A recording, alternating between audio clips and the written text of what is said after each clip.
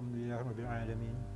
Wassalatu wassalamu ala asyrafil anbiya'i wal mursalin sayyidina Maulana Muhammadin wa ala alihi wa sahbihi ajmain. Alhamdulillah sekali lagi dan ucapkan ribuan terima kasih kepada pihak RTV kerana sudi menyuramah saya pada hari ini. Terlebih dulu dengan amat sukacita mengucapkan ribuan terima kasih dan tahniah kepada RTV khususnya Television Brunei dapat merayakan ke 45 tahun wujudnya televisyen di Brunei. Tahniah dan sabas. Jadi untuk bercerita perbezaan televisyen ya di tahun 70-an dan sekarang, kalau 70-an itu televisyen bermula di Brunei, alhamdulillah pada tahun 1975 tu dan pada masa itu yang menjadi hiburan orang ramai di samping televisyen adalah radio dan ada juga panggung wayang dan pihak penerangan ada juga kampung-kampung orang main wayang. Jadi dalam 70-an yang nyata pada masa itu ketani dan di rumah-rumah set televisyen, siapa yang sekarang ini berumur dalam 40-an, 30-an, insyaAllah akan ingat set televisyen dulu itu besar macam kotak besar, barat dan lagi perlu di handle secara berhati-hati karena komponen di dalamnya, barang-barang di dalamnya sangat perlu perhatian berat, X-rays-nya, kacanya. Jadi tahun 70-an walaupun set televisyen besar dan masa itu belum banyak orang mampu untuk mendapatkan set televisyen, walau bagaimanapun siaran televisyen memang ditunggu-tunggu oleh masyarakat umum untuk melihat rancangan mereka. Ditunggu-tunggu tu, para masyarakat umum menunggu. Apatah lagi radio tu dalam 60-an. Jadi radio dan televisyen mempunyai banyak peminat. Dari segi peminat, dari segi televisyennya, setnya, ya saya katakan pasar. Fast forward kepada sekarang, televisyen yang dulu besar itu sekarang ini menjadi nipis. Dan display unitnya ada besar, makin besar, makin besar. Yang nyata ia ringan. Dan lebih senang dilihat, lebih colornya lebih sharper. Apatah lagi dengan adanya sekarang ini smart TV. Jadi set televisyen ialah satu perubahan yang ketara. Tapi yang lebih penting ialah sekarang ini, kalau ada dalam 70-an ialah adanya berbagai macam jenis peralatan. Komputer, laptop, tablet, smartphone, telefon dan smartphone, game konsol. Untuk menamakan sebagian kecil saja tu. Nah, semua barang-barang ini, peralatan ini bukan lagi satu alat yang menjadi barang yang kesukaan ramai, tapi menjadi a way of life kata ni. Jangan terjauh, lihat saja antara kata ni di sini. Dah sampai setengah jam garanti ko mesti melihat handphone atau. It's a way of life sudah. Kenapa saya nyata? Ini dengan banyaknya timbul peralatan-peralatan ini akan mengambil masa untuk orang-orang ini melihat television ataupun television konvensional, television RTB contohnya. Tambah lagi sekarang ini apa yang dikatakan mau melihat di mana-mana saja, bila-bila masa, dan melalui landasan-landasan apa saja, various platforms untuk perisian-perisian. Saya menggunakan kata perisian sekarang ini, contents. Jadi sekarang, apa yang nyata dibandingkan dengan 70-an hanya ada radio, televisyen yang konvensional, dan pada masa itu menjadi tumpuan orang ramai, masyarakat umum. Sekarang ini, Masya Allah, macam-macam. Ada untuk orang ramai berinteraksi selain daripada radio dan televisyen.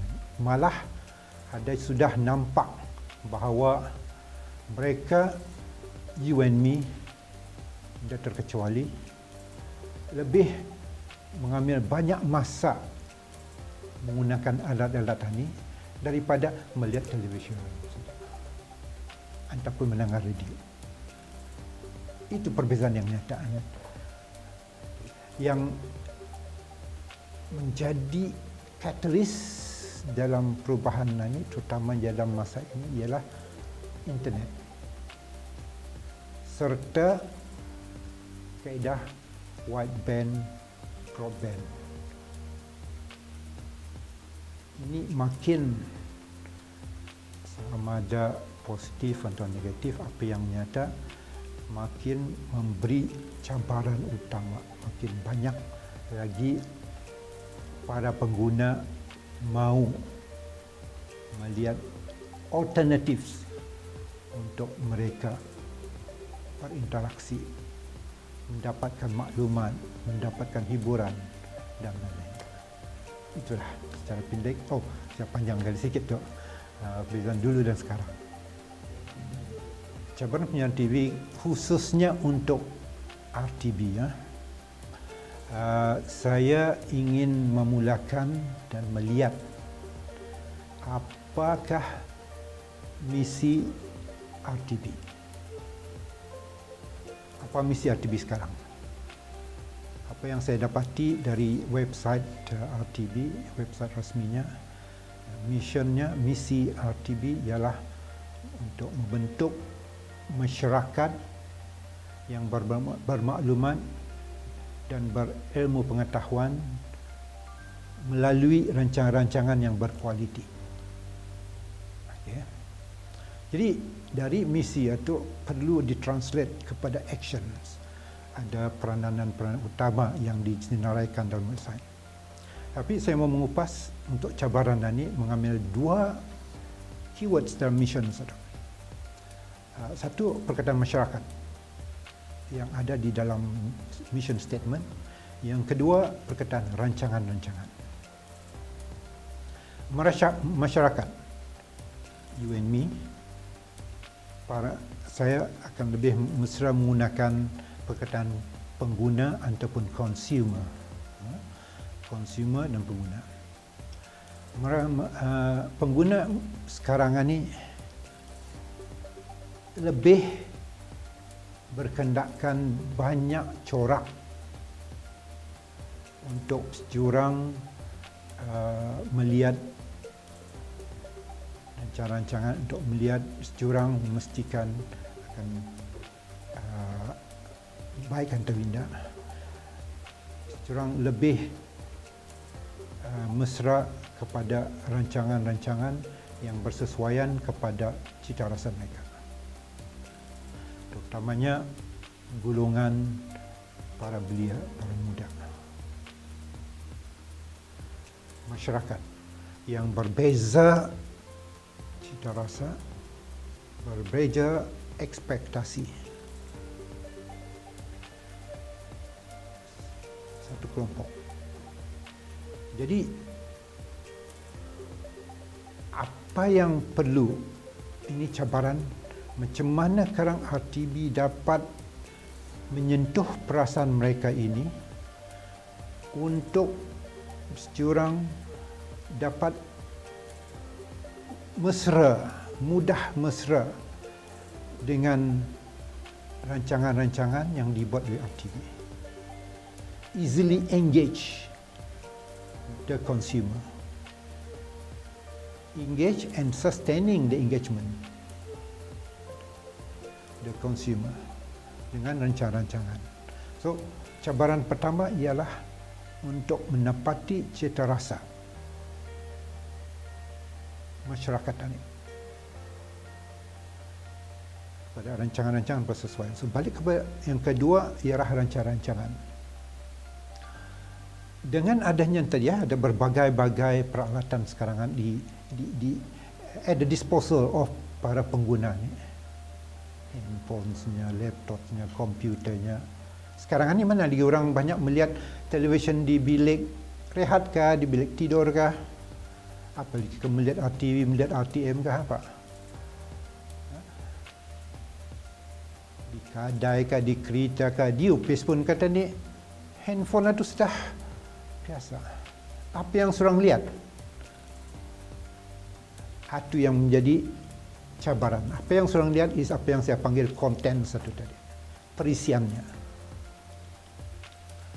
So, membuat rancangan-rancangan yang berkualiti nombor satu. Yang lagi penting berkualiti dan menarik perhatian, engaging this consumer yang lebih penting. Kalau berkualiti saja tapi you cannot engage your customer, dia juga sampai ejat tu. So, menerbitkan rancangan-rancangan.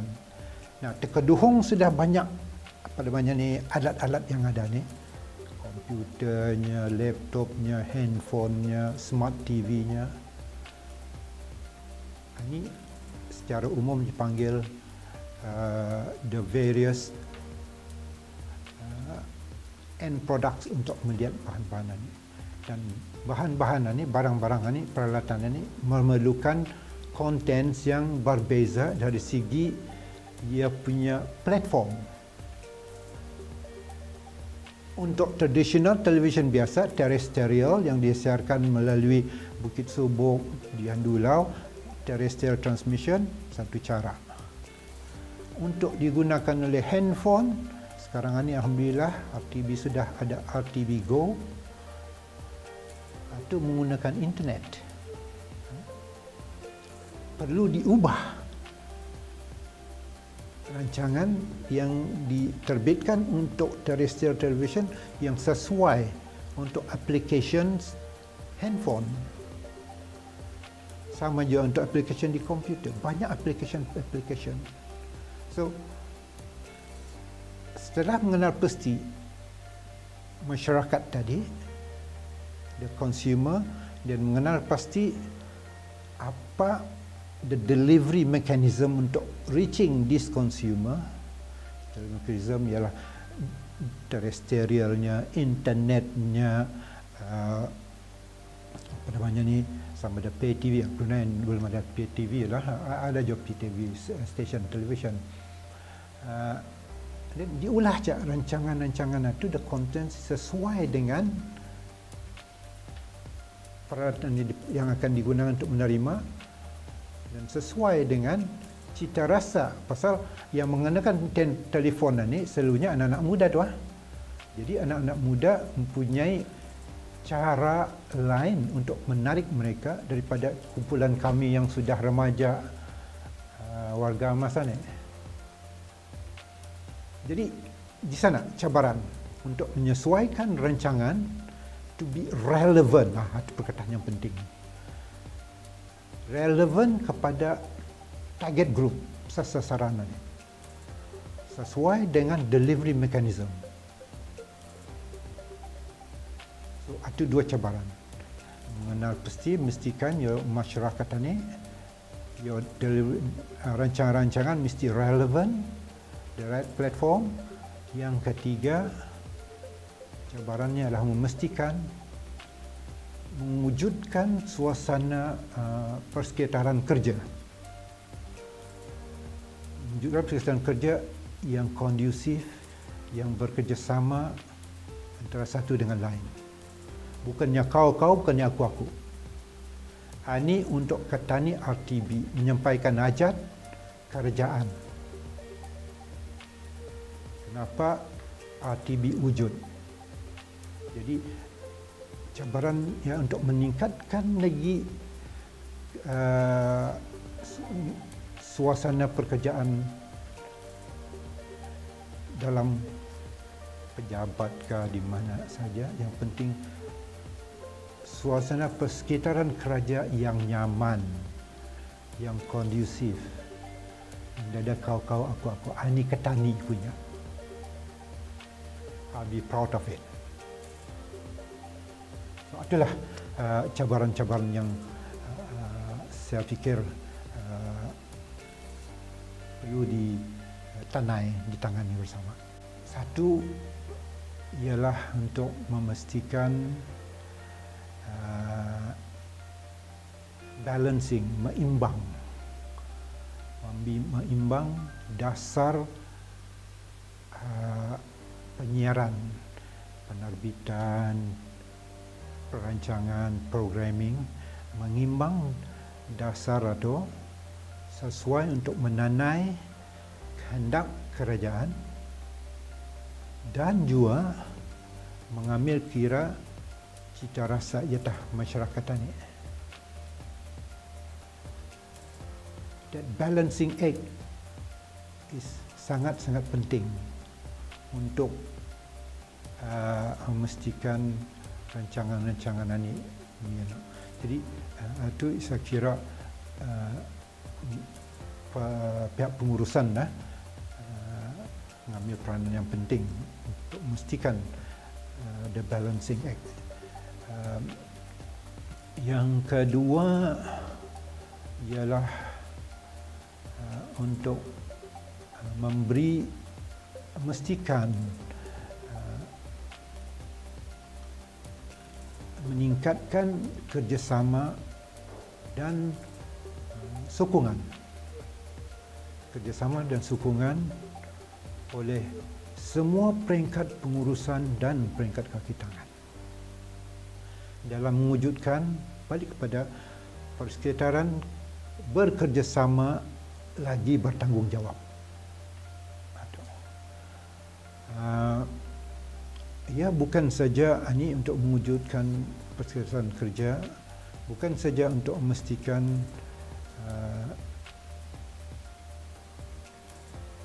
para penerbitan, para programmer mengeluarkan rancangan atau perisian-perisian yang suitable, lagi relevan, tetapi juga untuk memastikan kewangannya cukup, peralatannya ada.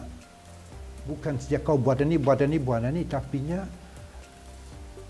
vitamin M-nya kurang, peralatannya indah, up to date kah? Jangan up to date, tapi sekurang-kurangnya dapat